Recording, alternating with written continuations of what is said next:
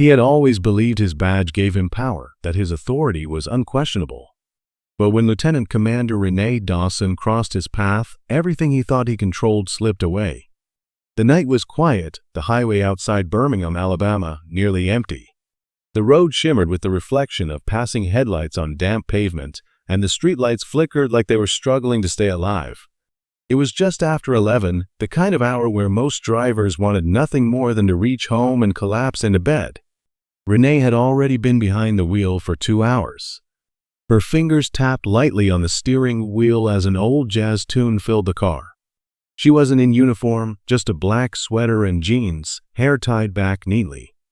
To anyone passing, she looked ordinary until flashing red and blue lights lit up her rearview mirror. She sighed, not in fear but in weariness, and carefully pulled over to the shoulder. She knew the drill. Both hands stayed visible on the wheel as the patrol car stopped behind her. The officer emerged slowly, as if deliberately drawing out the moment. His boots scraped the asphalt, his flashlight beam cutting across her side mirror. She caught the badge's nameplate in the reflection, Briggs. "License and registration," he said, his tone clipped and practiced. No greeting, no explanation. Renee retrieved her documents calmly, asking, "Was I speeding, officer?" Briggs ignored the question at first, holding her papers while his eyes scanned the car. "Tail lights out," he said finally. She frowned. "That's not possible. They were just checked." His eyes narrowed. "Are you arguing with me?" The air shifted, tense and unspoken. Renee had seen moments like this before, power pressed against resistance, one side waiting for the other to break. She kept her voice even. "If there's an issue, I'll fix it. But—" "Step out of the car," Briggs interrupted sharply. Her chest tightened, though her expression didn't change. "Mind telling me why?" "Because I said so," he smirked.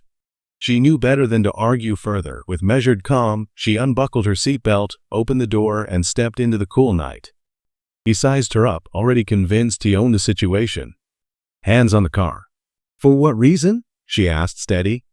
His smirk faded. "Are you resisting?" He grabbed his radio, muttering, "Non-compliant driver," before snapping at her again to turn around. Renee's pulse quickened, but her voice stayed composed. "I know exactly what my rights are. And I know what you can't do."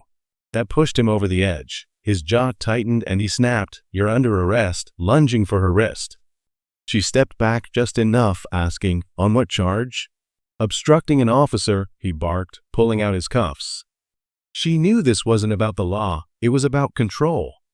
Slowly, deliberately, she placed her hands on the roof of her car. The metal was cold against her palms as he yanked her arms back, cinching the cuffs far too tight.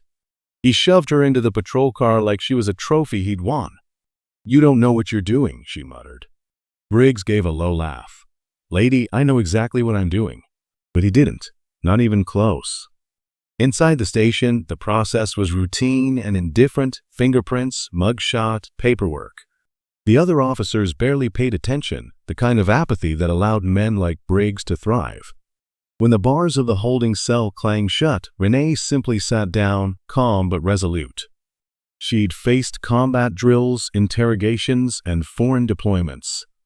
This wasn't fear, it was insult. Briggs swaggered back later, arms crossed, his arrogance thick. "If you just played along, you wouldn't be here." She met his stare and said quietly, "I'm exactly where I need to be."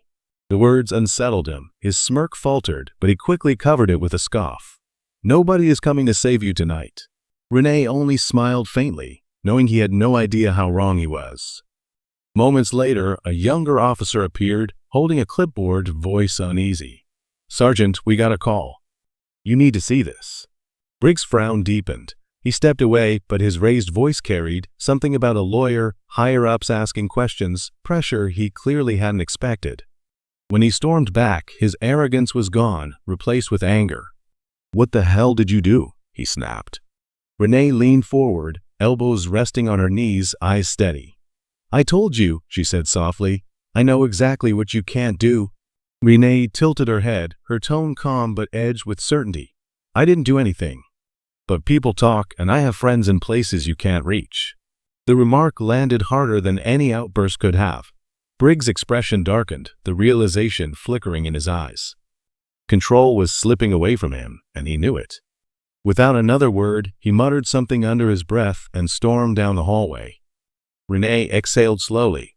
The truth was already in motion, and soon everything he thought he controlled would unravel. Morning light poured through the courthouse windows, painting long beams across polished floors. The air inside was cool, almost icy, the kind of chill that crept into your bones if you sat still too long. Renee stood at the defendant's table, no longer in cuffs or a jumpsuit, but in a navy blazer and blouse. She carried herself with calm assurance, her presence undeniable.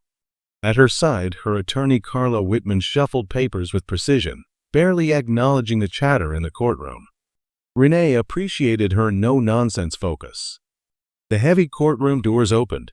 Briggs entered, trying to walk with the same swagger as always, shoulders squared, chin lifted. But there was a difference now, a stiffness in his posture, a flicker of unease. When his eyes met Renee's, he looked away.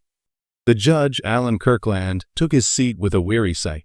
"Let's get started," he said, glancing over the files. The prosecutor rose. "Your Honor, we believe Lieutenant Commander Dawson was unlawfully detained without probable cause. Furthermore, we have evidence suggesting a consistent pattern of misconduct from the arresting officer, Sergeant Daniel Briggs." Murmurs spread across the room. Briggs shifted uncomfortably. "Sergeant Briggs," the judge said, peering over his glasses, "do you care to explain?" Briggs leaned forward, clearing his throat. "Your Honor, the defendant was uncooperative during a routine traffic stop." The prosecutor cut him off. "Uncooperative? Lieutenant Commander Dawson has a spotless record. Naval Academy graduate, multiple commendations, not so much as a parking ticket. Are you saying she was so dangerous you had to arrest her over a supposed broken tail light?"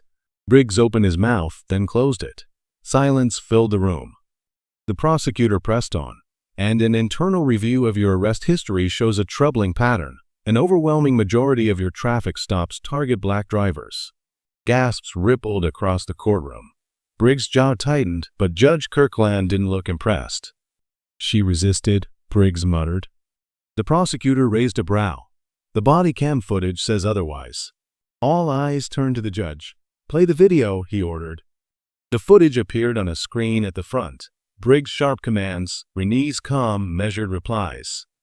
His unnecessary escalation, his smug tightening of the cuffs. By the time the video ended, the silence was suffocating. Judge Kirkland leaned forward, voice firm. "Sergeant Briggs, you violated protocol. You conducted an unlawful arrest and your report omitted key details. Charges against Lieutenant Commander Dawson are dismissed. Furthermore, I recommend an internal investigation into your conduct." The gavel struck. Final. Briggs looked gutted, face red, fists clenched. Renee simply gathered her things, calm and unshaken. When their eyes met across the courtroom, no words were exchanged. None were needed. This time, the weight of proof wasn't on her. In the hallway, Briggs stormed out, his footsteps echoing angrily against polished tile. Reporters lingered nearby, sensing a story. Other officers and staff stared as he passed. He could feel the judgment in their eyes, the whispers trailing him. "Sergeant Briggs." The sharp voice froze him mid-stride. Chief Eldon Baker, a respected veteran of the force, stood with arms crossed, expression unreadable. He motioned Briggs into a private office. The moment the door shut, Baker's tone dropped. "What the hell were you thinking?" Briggs bristled. "I was doing my job." "Your job?" Baker scoffed, tossing a file onto the desk. "That's not what this looks like. The footage, the records, and you didn't even know who you were arresting." "What does that matter?" Briggs snapped. "Everything," Baker shot back. "She's not just some random woman. She's a decorated Navy officer. Do you realize what kind of storm you've dragged us into?" Briggs' jaw worked. She was disrespectful. She questioned. "That's not a crime," Baker cut in sharply. Briggs hesitated, but his silence spoke volumes. "The district attorney is reviewing every one of your cases from the past 5 years," Baker continued. "Racial profiling. Unlawful detentions. You've been flagged, and let me be clear, the department isn't going down with you. You're suspended effective immediately. Internal affairs is taking over." The words landed like a hammer blow. Briggs' stomach twisted. His career, the power he had clung to, was crumbling in real time. Across town, Renee sat in a cafe, stirring her coffee as she scrolled through her phone.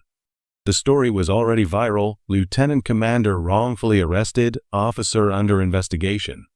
She wasn't surprised. She'd known the second Briggs tightened those cuffs that this would reach further than he ever imagined. Her phone buzzed, a message from Carla, her attorney. Briggs suspended. Possible charges pending. Renee smiled faintly, taking a sip. Justice was slow, but it was moving. Outside, rain-washed streets glistened as the city carried on. She stepped out of the cafe, the crisp afternoon air filling her lungs. The weight of the last 24 hours should have hung heavy on her shoulders, but instead she felt lighter. The phone buzzed again, this time a familiar number. She answered. "Lieutenant Commander," her captain's voice came through. "I assume you've seen the news?" "I have." "And how are you feeling?" She glanced at her reflection in a shop window, strong, unbroken, unshaken. "Like I did exactly what I needed to do." "That's what I thought," the captain said. "The Department of Defense is watching this case closely. Don't be surprised if they ask you to speak publicly." Renee exhaled. "I'm not looking to be a headline." "You already are," the captain counted. "And whether you like it or not, what happened to you represents something much larger." She knew that. She'd always known men like Briggs weren't rare, they thrived because systems allowed them to. This fight was never just about her. It was about all the people who didn't have rank, resources, or evidence to stand up. The captain added, "One more thing. The mayor's office may reach out. They want to recognize how you handled this with professionalism." Renee smirked. "Now that's ironic. You going to accept?" "I'll think about it," she said, ending the call. Across the street, she spotted a mother holding her young son's hand, the boy laughing freely. Renee's chest tightened, not with sorrow but with resolve. This was who she'd stood her ground for. Not just herself, but every child who deserved a world where men like Briggs couldn't twist a badge into a weapon. Her steps were steady as she walked away, her purpose clear. Because unchecked power always corrupts, and the only way to change it is to expose it. What happened to her happens to countless others every day. Many don't have the voice, the platform, or the proof. That's why silence can't be an option. Change only comes when people demand it, when they keep talking, keep pushing, and refuse to look away. Real justice begins with real conversations.